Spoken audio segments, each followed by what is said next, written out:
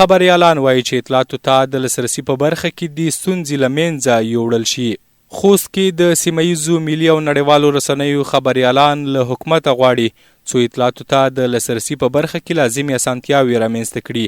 د دوی په خبره لا هم په ځینو مواردو کې اطلاعاتو ته د لاسرسي په برخه کې له ستونزو سره مخ دي چې هممهاله یې له مسؤلو د حل غوښتنه کوي. اطلاعات د نه لاسرسي ستونزه رښتیا هم چې لا هم په هیواد کې شته او خبريالان دې برخه کې له ستونزې سره مخ دي.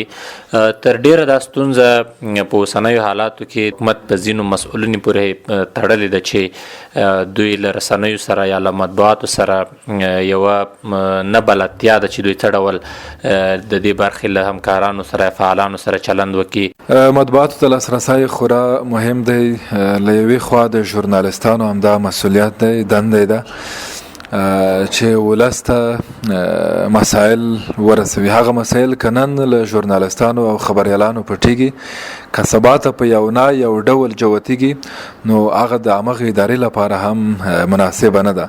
معلوماتو ته نه لاسرسی د خبريالانو لپاره په معلوماتي ساحه کې یوه جدي ستونزه بلل کیږي ځکه چې که خبريال لپاره معلومات په وخت ونه رسیږي هغه خلک نشي خبرولای. نو خلک د معلوماتو لپاره رسنیو ته غوږ کیږي یا رسنیو ته خوا وروړي.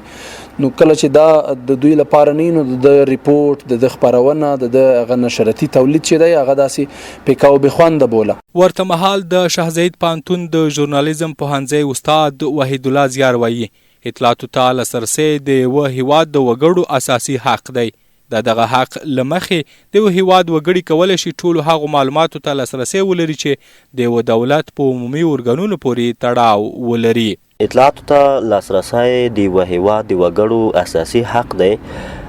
د دغه حق له مخې د یوه هیواد وګړي کولی شي ټولو هغه اطلاعاتو ته ټولو هغه معلوماتو ته لاسرسی ولري چې د یوه دولت په عمومي ارګانونو پورې تړاو لري.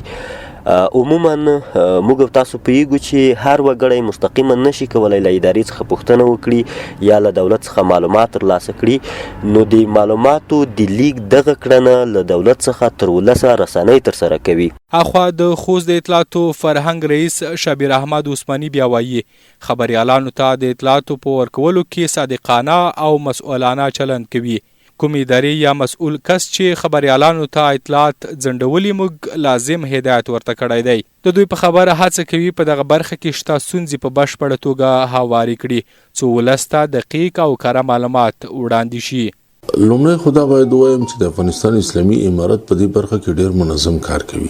په پیل کې د افغانستان اسلامي امارت د دې په خاطر چې د خبريالانو ستونزې هواري شي د ټولو ادارو نمائندګي اطلاعات فرهنګ ریاست ته ورکړه. په ولایاتو کې د اطلاعات فرهنګ ریاست مسؤلیت لري چې دوی ته په وخت خبرونه ورسوي. په هیڅ صورت موږ داسې نه دي کړي چې د دوی خبرونه وځنډېږي. البته په هغه وختونو کې ځینې داسې مسایل وو چې په هغې کې ارقام پوره راټولول پکار وو نو د اړوندې ادارې سره تماس نیسو حتما دومره وخت به نیسي چې هغه معلومات زموږ لاسته راشي. په افغانستان کې له تحولاتو سره سم تر نیمایي زیاتې رسنۍ د اقتصادي ستونزو له امله غیر فعالې شوې چې ورسره ګڼو خبريالانو او د رسنیو کارکونکو خپلې دندې له لاسه ورکړې. خو د اسلامي امارتو حکومت خبريالانو ته ډاډ ورکوي څو خپل رسنیز پوښښ ژوندی وساتي او د شته ستونزو د هواري په برخه کې ژمنتیا ښایي.